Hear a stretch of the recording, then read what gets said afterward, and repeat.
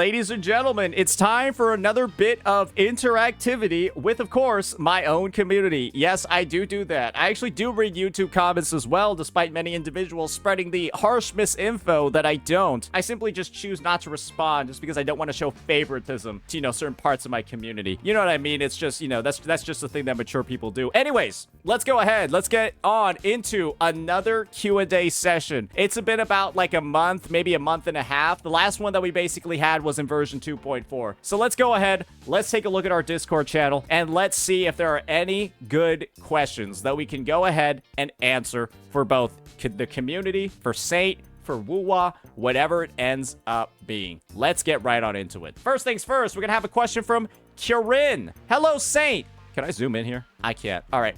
Can you make a guide for Aero Rover? Thanks in advance. So this is the situation over here. I don't think Aero Rover necessarily needs a guide because Aero Rover almost doesn't need to be built to function in most of their teams. They are such a low composition of a teams, like, I'll just put them on my screen. They are, in their current state, one of the lowest contributors to, like, team damage.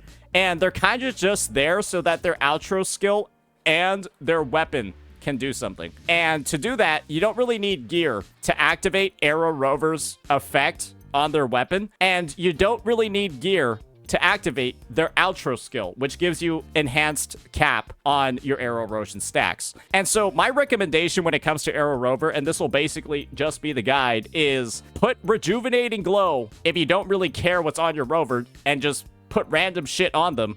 Or if you really do care and you want to maximize the potential as much as possible, you start grinding Windward Pilgrimage and you put them on like a crit rate, arrow, and then attack, and then just try to max out their crit stats so they can deal some damage. But the thing is, guys, they don't really deal any damage anyways. It's pretty much all the other characters on their team, the Chicona or the Cartithia, that are dealing the damage over here. You also could consider running like a 4-4-1-1-1 on them, using stuff like the Kelpie and then like Remedy Fleur-de-Lis, but like it doesn't really matter. And I guess the 3 costs on Windward Pilgrimage can like be used for something, but the incremental increase from building them versus not building them and just putting them on a random Rejuvenating Glow is almost identical. It's like a 1-2% difference and like a half a second to 1 second difference. It's just so low. They're the last priority to build you should ever have on your account, and not building them doesn't really cause you to lose anything. That's my take though. Obviously you can build them if you want, but okay, we found a zoom in button. Awesome. We found the zoom in button. All right, let's keep going. Hey, Saint, just saw your vid about if Lupa is a must pull or not, and I got curious about if a team with her works with Cantarella as the healer, since sadly, I don't have Brant right now. If you're thinking about using Cantarella with Lupa, just stop and just use Shorekeeper instead. Shorekeeper is just going to be a better support than Cantarella in any team, essentially, unless Cantarella is like on like a special Havoc team focused around her and Phrolova. And if you don't have Brant right now, the user probably does because the patch has been live and Brant is currently live on banner, so they probably have them. If you have Lupa but you don't have Brant, you're kind of fucked because Lupa's best teams are with Brant. And if you don't have Brant, Lupa is basically a Sanhua Supermax for Encore. That's her role on your teams.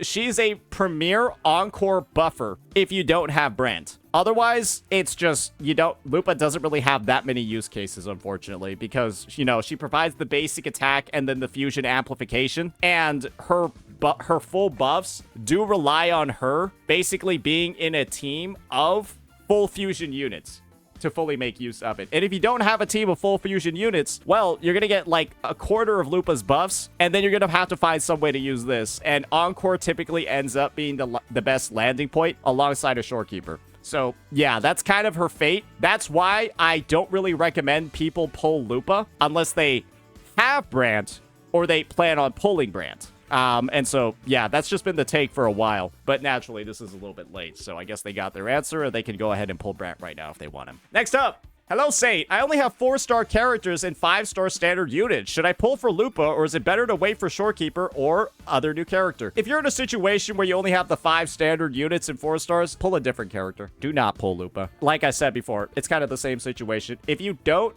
have Brant, I cannot recommend pulling Lupa. And if you're a new player, I cannot really recommend pulling Lupa unless you plan on pulling Brant immediately afterwards. So, yeah, a little bit late advice, but it is what it is. All right, next. Hi, Saint. Can you please do a Mortifi Brant Lupa versus Chisha Brant Lupa team? Chisha's better. I know my skill level could play a role, but for some reason, while trying to clear hazard, I could only do it with the Mortifi team. So, this is probably the situation. He's comparing a Mortifi Brant Lupa team versus a Chisha Brant Lupa team. And the reality of the situation is that Chisha in the Chisha Brant Lupa team is a DPS. And if she isn't built well, it'll be worse than Mortifi. Because when you have Mortifi, he's a sub DPS, right? He immediately swaps to another unit. And the reality of the situation is that his Brant and his Lupa are probably built a lot better than is Chisha. And Chisha's taking up a fuck ton of field time when she's being used in this team. If she isn't built well, it'll deal a lot less damage. Mortifi probably is like not built that well either, but he has very little field time compared to Chisha, and then you just swap to the next unit in the team. And he has a faster rotation than Chisha as well. So that's probably why it's going better, because your Chisha's probably has a dog shit build. That's just my initial take. The build's probably way worse. And so, yeah, that's the difference maker here. Hey, Saint, what character should I pull for next? Almost anybody. You have one character on the account. You have one on-banner character on the account. You have Shorekeeper. And so the answer is probably almost any DPS limited 5-star in the game. Probably any DPS. So if I were to think about the existing banners right now, or sorry, the existing banners in version 2.6, I'd probably go for a Carlotta, or I would go for the Augusta. Either of those two, because they're both probably going to work out pretty well for you, with Carlotta having a guaranteed level of success, and then also for a new player, which this clearly is, Carlotta's probably the best character in the game for new players because it's almost impossible to fuck up her rotation once you figure it out, right? She has a very low skill floor and a very low skill ceiling. There's not really like a lot of ways for Carlotta to like optimize her rotation because she's almost designed to be optimized. And she has a lot of 4-star teammates like the Tao Chi and the Yang Yang that can already be used. And she also has a special synergy with Baija, who I guess you don't really need because you have Arena and SK. But she also frees up like a third... Oh, I guess a third team is coming out for TOA in 2.6. So, yeah, I mean, Carlotta does seem like the most flexible pick because we don't actually know how good Augusta actually is. But we do know that Augusta does heavy attacks. So you have Augusta and Mortifi as well. I would just say Augusta or Carlotta seem like solid picks. But Carlotta's just simply way more guaranteed because we actually know how she works. While Augusta, it's still up in the air, but we know she just scales with heavy attacks. All right. Hi, Saint. Just a quick question. Are you in favor of introducing an Echo substat reroll or substat transfer feature?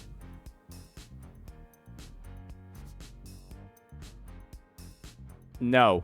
Not with what you're suggesting. This is just Ryuku's method, where he says, oh, we just exchange tuners for, like, substat rerolls? And it's just, like, it's too complicated. Just like, what the fuck? What is this shit? This is so fucking complicated. This is Ryuku's suggestion. My take is just have one reroll, right? One, like, reroller available every update, and then put another one in the paid BP. Just something like that. One every single update, and then one in the paid BP. So, like, paying people can get, like, 2. And then I guess it works for, like, 1 substat or something. I don't particularly care. It's just, I'm already at the point where I personally don't think that, like, rolling echoes is, like, the worst thing ever. And it genuinely is kind of, like, one of the only things that you have left to do after you've already leveled up all your characters. That's kind of, like, the only resource sink that's in the game. And I think for like a lot of day one players, right? Sure, it would be nice, but it's also like not the most necessary thing for them either, because it's like, what else are you farming in the game? That's that.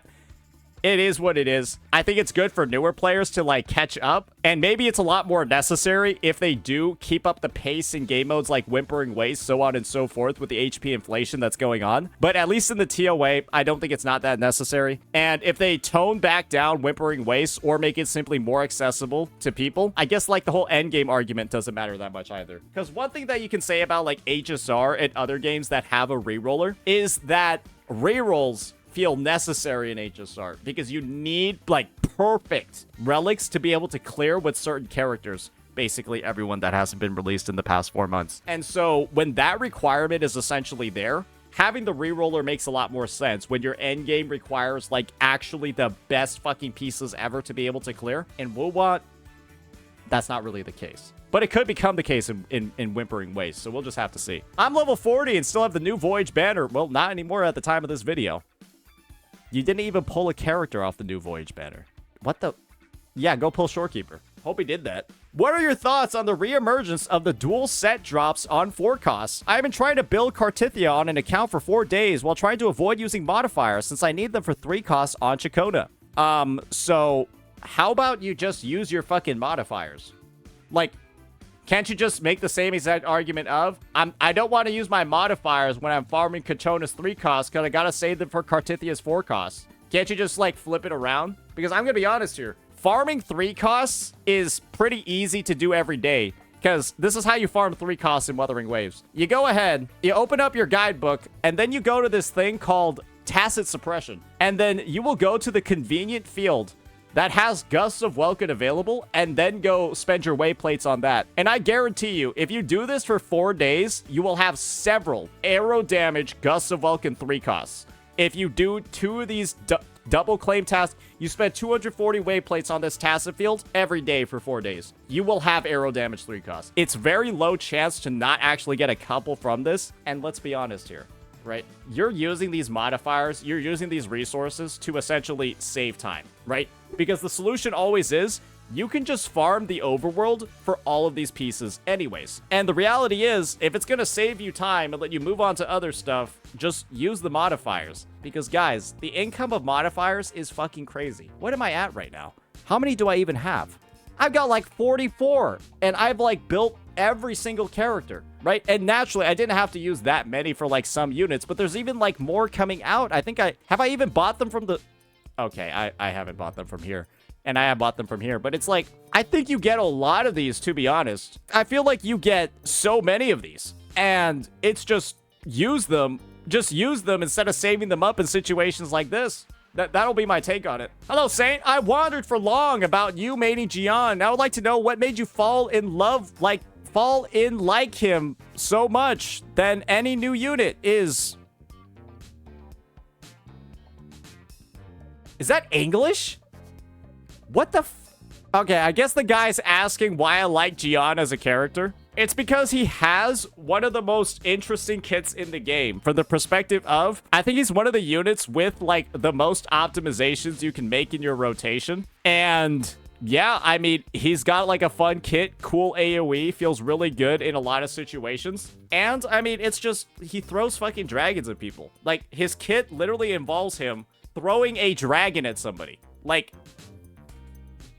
I'm just gonna be real with you here. Isn't that just inherently fucking cool to throw a dragon at somebody? I think it is. Let's move on. All right, hello, Saint. I was wondering, should I continue with the weekly bosses, or should I reallocate my resources elsewhere? How about you level a fucking character? How do you have this many? Do you have 2 characters leveled on your account? How about you level up some fucking units, and then you see which one you're running low on after you've leveled up the fucking units. Right now, it looks like you have 3 characters built on your account, and you've just been farming weekly boss mats, and you've leveled up nobody else on the roster. Like, keep doing the weekly boss mats, but after building the units, figure out which one you're running short on, because it just looks like you haven't spent any of them at all. Yo, Saint, I've been clearing endgame content for a while now, but can never seem to 30 out of 30 TOA or clear tactical hologram level 6s. My main teams are Jinsi Carlotta Shorekeeper, LOL, Zani Phoebe Spectral Rover, and Jian Mortifi Verena. I've tried diff combinations for teens, but I always seem to full clear 2 of the hazard zones, but I can barely 1-star the final one. Is this a skill issue, or are my characters just not made for endgame content? I think you might just suck cock at the game. I'm going to be honest with you here. This should be able to clear everything. I guess the one situation where I think it might not work is if you have like a spectral resistance floor, but then you would just use Carlotta and then Jian.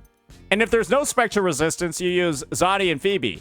And so you already have 3 main DPSs that are all good, that can all like hold their ground, that can all get good results. And then you have, like, the best in slot support for one of them, the best in slot support for another one, and I assume you have a Yang Yang or a Tao Chi somewhere that Carlotta can use. And fuck it, you got Jinsei Yinlin as well for, like, another team if there's no Spectre resistance. So it's like, yeah, I don't see any reason why you wouldn't be able to clear the TOA or holograms, frankly, to be honest. So yeah, it's maybe just your echoes are, like, hot steaming ass. Because I don't even think not having SIGs is a problem either here. Because these should all be able to function on, like, standard... Like, they all should be able to function and clear on the standard weapons. Yeah, maybe you're using a full team for floors 1 through 3. Yeah, maybe this is the answer for it. It could be that in the TOA, this guy is, like, running, like, a Zani, Phoebe, Spectra Rover team for, like, floor 1. And then clearing it with, like, half a second. Or clearing it in, like, half a second. Like,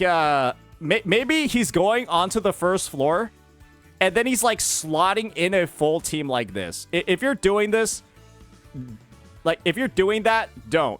Because you only need, like, one level 70 character built to, like, clear these first 3 floors. Maybe it goes up to, like, 80 or 80 over here. And then you just use a full team for the 4th floor. So I think that's what has to be going on, because I don't see how this roster is, like, not... Let me just say, it's not a character issue. Maybe it's a build issue. Maybe it's a skill issue. It's one of those. It's definitely not a character issue for sure. That's what I can say. And I guess it's not a level issue either, because they're all level 90 as well. So that's not a barrier either. That's that one. So I think you can figure it out eventually.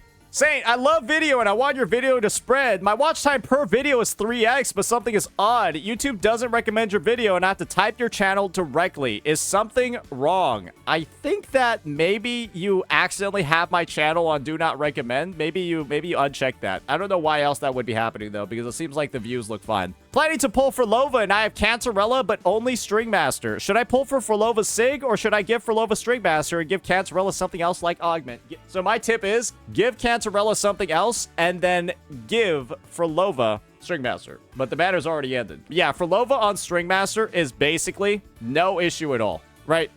Phrolova on Stringmaster doesn't have any problems and she will function just fine and your clear times will be great. And so Cancerella doesn't really need the Stringmaster as much because she's not that big of a damage piece on the team. And if you just have like a damaging option like Augment, it should work out just fine. So yeah. Hello, Saint. First time talk here, and I'm just asking for a recommendation. Doing good, about 50% of both WuWa and TOA, just playing casually. Plan to cover all the elements, because why not? What should I do now for my account? Should I just pull for the upcoming Resonators? Any will help.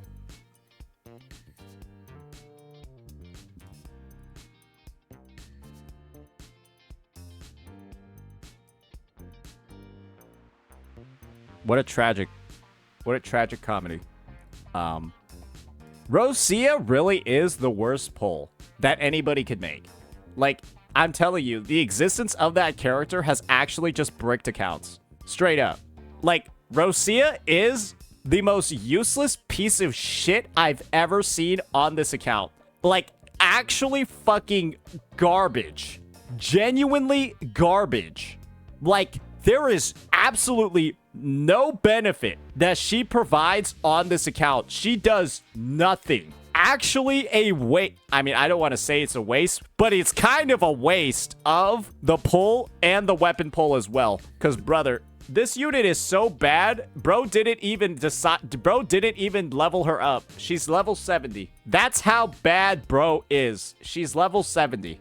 So yeah, I would just say for this team or for this account, I would go for potentially pulling a copy of Jeja. But unfortunately, pulling a copy of Jeja without Jinsei means that she naturally has a little bit less utility. But it is going to be Carlotta's best in slot sub DPS. And would definitely get you to the point of clearing the TOA a lot faster. You could also just prioritize a Carlotta weapon too with the banner that's coming up because I mean, brother, if you just did not pull this piece of shit and you pulled Carlotta's weapon too, even with like way lower investment on your echoes, you'd probably be clearing a lot better as well. I don't know why you have the Cartithia signature, but yeah, I guess you should pull Cartithia and Chakota. There's a lot of pull opportunities that would really help fix up this account a lot. Like, we got a Phoebe S2 weapon. There's a lot of stuff on here that could use a lot of work. For example, I guess your Phoebe team is good. You got Spectral Rover and Shorekeeper, so you're good over there. Maybe you just pull a Cartithia team to actually work with the weapon. Maybe you pull a Jeja.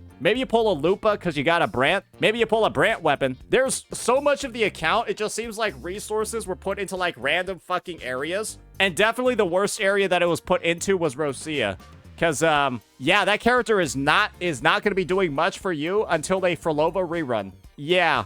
Hey, maybe you pull Cantarella and then you wait for the Phrolova rerun, but that's probably not going to be for a while because she just ran in 2.5. Maybe this account owner has Phrolova and they just pull Cantarella and then fix the issue from there. Maybe that's what it is. I don't know. All I know is we got a level 70 Rosia. We got a level 80 Tragic Comedy. The account is kind of cooked. But we did give us some advice. We did give some advice. Hey, give me the anniversary banners and 500 pulls and I'll fix this account. All right. Would ER/Fusion 3 cost on Brant still be more viable on a Lupa team than double ER, since Lupa gets so much fusion damage bonus? So this is the situation over here. When you're using Brant, you kind of have like two routes of gear in him, right? One is you run double ER to reach your 280% ER threshold a lot easier. Or you instead run ER Fusion, which is going to be this alternative over here. And that would give me around 265% ER, because the rest of the build is like literally perfect.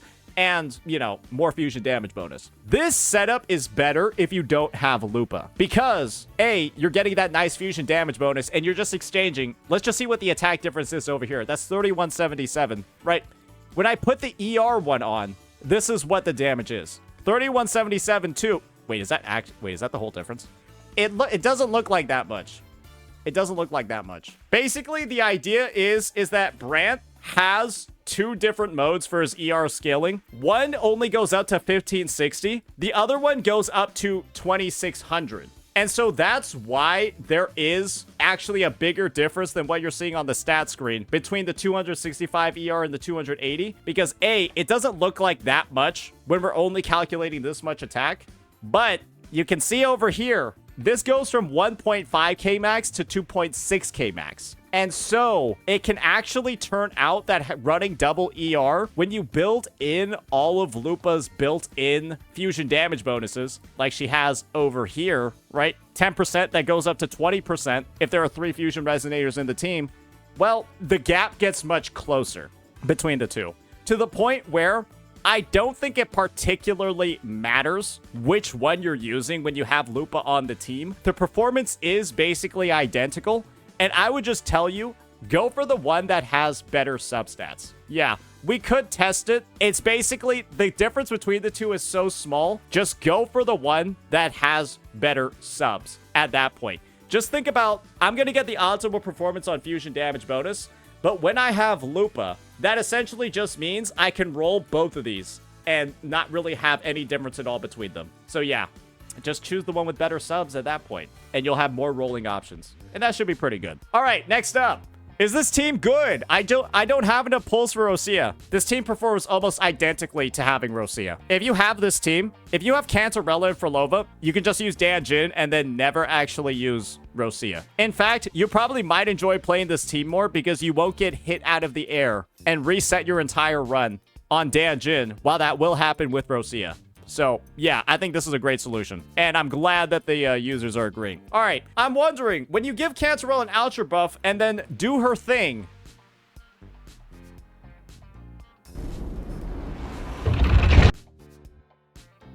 and then swap off, does she lose the outro skill buff? Yes, because every outro skill reads amplify for 14 seconds or until the resonator is switched out, and you just switched her out. So yes, the buff will disappear. Hi, Saint. I've been playing since launch, and I currently have 3 teams. Brant with Overture. Okay, all right. So he's running Brant DPS. He's running a Jinsei with G-Jaw and a Jian with Mortifi. How is Jian on EOG? Maybe that's a typo, or you found a way to put a sword on a Broadblade character. Anyways, should I pull Lupa or Chang Li to pair with my Brant team? Lupa. Also, could you recommend a team for Zhang Liao? I enjoy his playstyle, but don't want to use Yinlin. Either don't use him or run him with Chang Li. But Chang Li has better partners than Zhang Liao. That's actually one of the reasons why Zhang Liao is kind of like a dog shit unit right now. It's because his best partner, Chang Li, has been stolen away from him by Brant. Yeah, just like how Zhang Liao stole Yinlin, Brant stole Chang Li. Yeah, it's kind of like it's kind of like an NTR triangle for all the male characters in this game. Zhang Liao stole Yinlin from Calcharo, all right? And then Brant steals Chang Li from Zhang Liao. Just wait. Somebody's gonna steal Lupa from Brant. Somebody's about to steal Lupa. Galbraina's probably gonna steal Lupa from Brant. Who knows? Maybe it'll occur. Maybe Galbraina has healing in her kit somewhere. And she's gonna tell Brant, get your bum ass out of here, gay pirate boy. And then we'll see what happens, right? Hey, it seems to be like these guys are just getting passed around by each other on a daily basis. Hey, maybe pull some weapons too. But if you're purely free to play, I can see why you're not going for that. But yeah, I mean, clearly this stuff is working. All right, which character should be a long-term investment for me? Or since I focused on pulling characters over weapons, which weapons would you recommend for my account?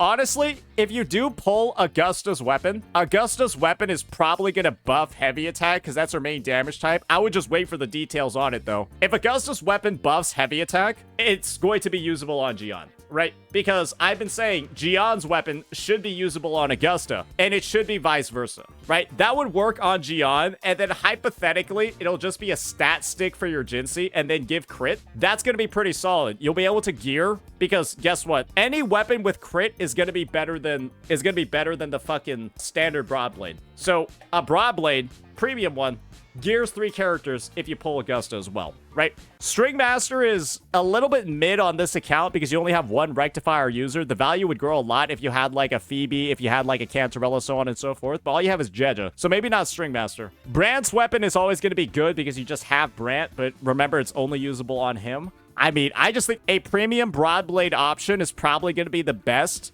given this setup. I think that's what it's going to be. So yeah, it just gears the most characters that you have. Lastly, which characters would be a good long-term investment for me? Probably look into Carlotta on banner right now. You already have Jeja and Shorekeeper. Carlotta's probably the best overall pick that you can make because that would be your only premium team that you have. And that just is, you know, that's your team that you can use in holograms. That's a team that you might be able to use in WuWa after the updates, and it's a team you can always use in TOA, right? It's a very, like, just consistent boss slayer, and that's something that's going to be available in 2.6. So, yeah, I think Carlotta might be it, because you already have a G-Jaw. All right. Hi, Saint. I've been playing since the middle of 2.2 and got 2 teams. Woohoo! Camellia EOG plus Sanhua plus Shorekeeper, Carlotta, Static Mist, whatever, and then Taochi with Discord or Yang Yang. The only thing is, I haven't gotten yet is Variation, literally 0 copies. Okay, so they don't plan on Fusion or Phrolova. Which weapon banner should I choose? Brant or Cantarella's? Neither, because you don't have the fucking characters. Like, are you going to pull for Variation without having the characters and then, like, randomly get a copy of... Like, maybe this is like a value equation. My recommendation for you would be pull Brant and then pull his signature. But don't just pull one of these characters' signatures. What I will tell you is, don't do this. Don't not have Brant and Cantarella and then proceed to pull their sigs just because Variation's on the banner. It's like, pull one of these first and then pull their signature and then get Variation that way. Because guess what? If you, like, pull this... and then you don't need the weapon. All you wanted was, it's a very poor use of your pulls. It's the same for this one. This one is slightly more usable on other units, but it's like, it's just worse than other weapons if you're not using it on Cantarella. It's like worse than String Master on almost everybody. So yeah, don't do that. Don't fish for 4 stars and then get a random, fucking weapon. All right, what else? I think we'll only go up until, like, the end of July for this one, because it is getting a little bit long. Hey, Saint, after pulling for Cantarella and her weapon, who should be my next target, aside from the obvious Shorekeeper? I want my account to handle all content, so I wish I could hear your opinion about it. You maybe either want a copy of, like, Chacona, maybe a copy of...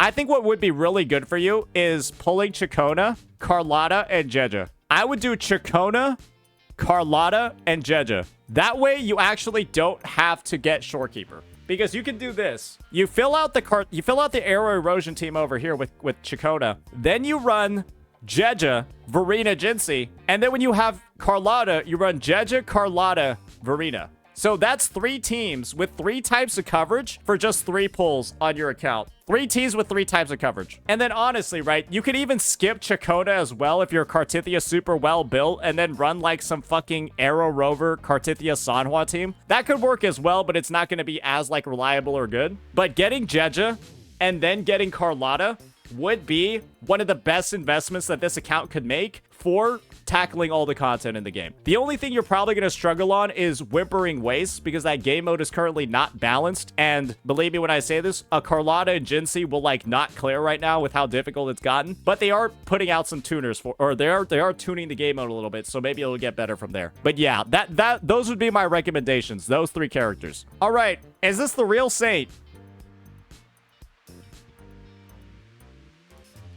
I'm fucking up the AI recommendations. Hey guys, the fact that I'm showing up in Google AI is kind of nuts. I'm getting some engineers fired, boys. I'm getting some fucking Google engineers fired, ladies and gentlemen. I'm cooking. All right, can you stream early from Friday to Sunday? I'm not gonna change my stream schedule for one person. Hi Saint. I'm in rank Union 53 in Endgame. What's the best way to rank 60 faster? Play the game. What are the actual calculations for Phrolova DPS? Don't care. I don't know. Like, go, like, what's it called? Just go look at Pride One.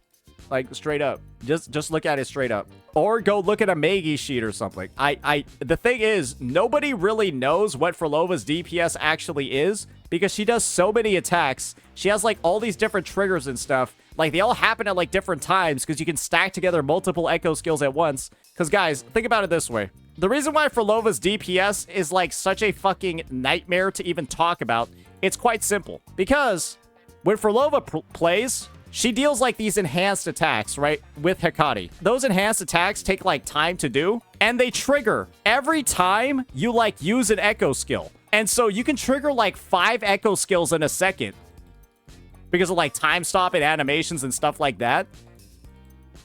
And then, like, Hecate will just do, like, 70 enhanced attacks in a row. And, like, let's just be honest here. She's got so many multipliers and shit. I think people just calculated her. Didn't really care because it was like, okay, well, it's not that rough to calculate everything else in the rotation. But when it comes to, like, time and shit like that and how long, like, the rotation is time-wise, I think it just gets a little bit murky. And so Pride One is pretty much the one that we're going with right now. Oh, and this is the other thing. Yeah, Phrolova also has a special mechanic called Aftersound, which she can stack up to 124 times. And every single time she stacks Aftersound, she gets crit damage, and she also gets a multiplier increase on her attacks. And so it's like, as you do more and more rotations, her damage increases over time. And that's why she's one of the best WuWa characters. But her calcs are really fucking complicated as a result of it. So you can probably see all the different moving pieces that are occurring. Just so you know, this crit damage is increasing by 2.5%, basically each time Hecate does an enhanced attack. So it's like, or the calculations, you can already tell, it's a lot of work for, like, what? She's a good character. She's strong. It's just, I think that her strength is probably understated on the calculations because of how many different moving parts she has, all those different variables that she has. That's my personal take on it. Her DPS is actually understated. All right, hi Saint, love these AMA videos, appreciate it. Wow, finally a chatter that's not taking me for granted. Everyone should be like this chatter. I remember you mentioning Camellia needs to run 1 Havoc damage 3 cost and 1 attack 3 cost for optimal damage. But is this still the case if I have S2 Shorekeeper? Probably not. You'd probably just run double Havoc if you're running her with S3, if you're running her with S2 Shorekeeper. Yeah, because S2 Shorekeeper gets 40% attack, which is more than what an attack 3 cost would give you. Hi, Saint. I have an Echo set building question. Do you think there is an auto discard angle on the entire Freezing Frost Sonata set? Probably. It's a piece of dog shit that nobody uses. Honestly, there are a lot of piece of dog shit sets in this game that nobody uses. Yeah, just throw those away. Who cares? Saint, should I pull Brant and Sig next banner or save Asteroids for Augusta? I have 608 Afterglow Coral, 76 pulls, and 10k Asteroid. Why do you just pull Brant? What are you doing? You literally have Lupa and Changli here. Just go pull Brant. Yes, you could pull Augusta and just build an entirely new team. or you could just finish up the fusion team instead. That would be my recommendation, is to like pull for Brant seeing this, because A, you know that the fusion team is incredibly fucking good, like really good. You don't know how good Augusta is, and you could go for potentially really good with Augusta, or you could just go for what you know is really good with Lupa and Changli. So yeah, that's my take on it. Again, this question is impossible to answer unless you know how good Augusta is. All right, we got a question from Habibi. Who should I pull next? Should I still continue building Rover? Pull Brant, and then play Lupa, Brant, Encore. Next. Farming echoes is hard. I can't get the main stat for my character. Use a modifier. Say, would you like to have a Tokyo-themed region where we could grapple across skyscrapers like in Spider-Man? WuWa could make that their theme for the new Federation. Considering Chi says, I mean, that sounds cool. Yeah, that sounds neat. I bet they'll do a good job with it if they do that. All right.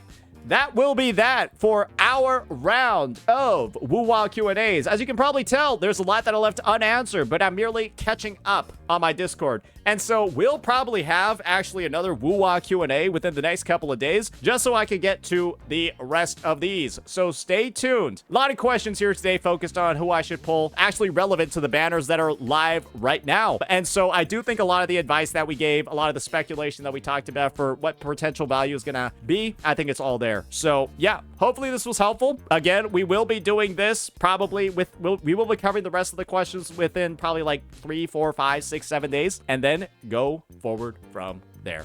So yeah, that's that, ladies and gentlemen. Peace out.